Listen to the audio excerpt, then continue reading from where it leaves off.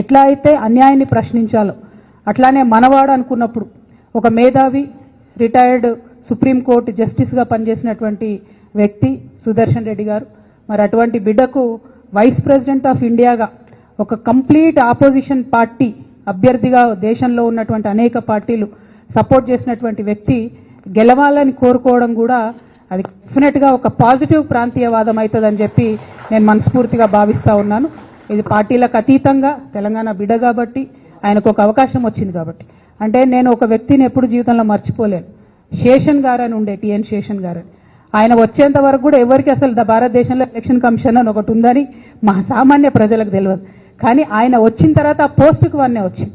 సుదర్శన్ రెడ్డి గారు కూడా గెలిస్తే డెఫినెట్గా వైస్ ప్రెసిడెంట్ పోస్టుకు కూడా వన్నే తెస్తారని నేను అనుకుంటున్నాను. ఎందుకంటే అనేక సందర్భాల్లో ఆయన చూసినాం, ఆయన ఇచ్చినటువంటి పాజిటివ్ తీర్పులు కానీ ఆయనకు ఉన్నటువంటి కాన్స్టిట్యూషనల్ ఎక్స్పర్టీస్ కానీ చూసినాం.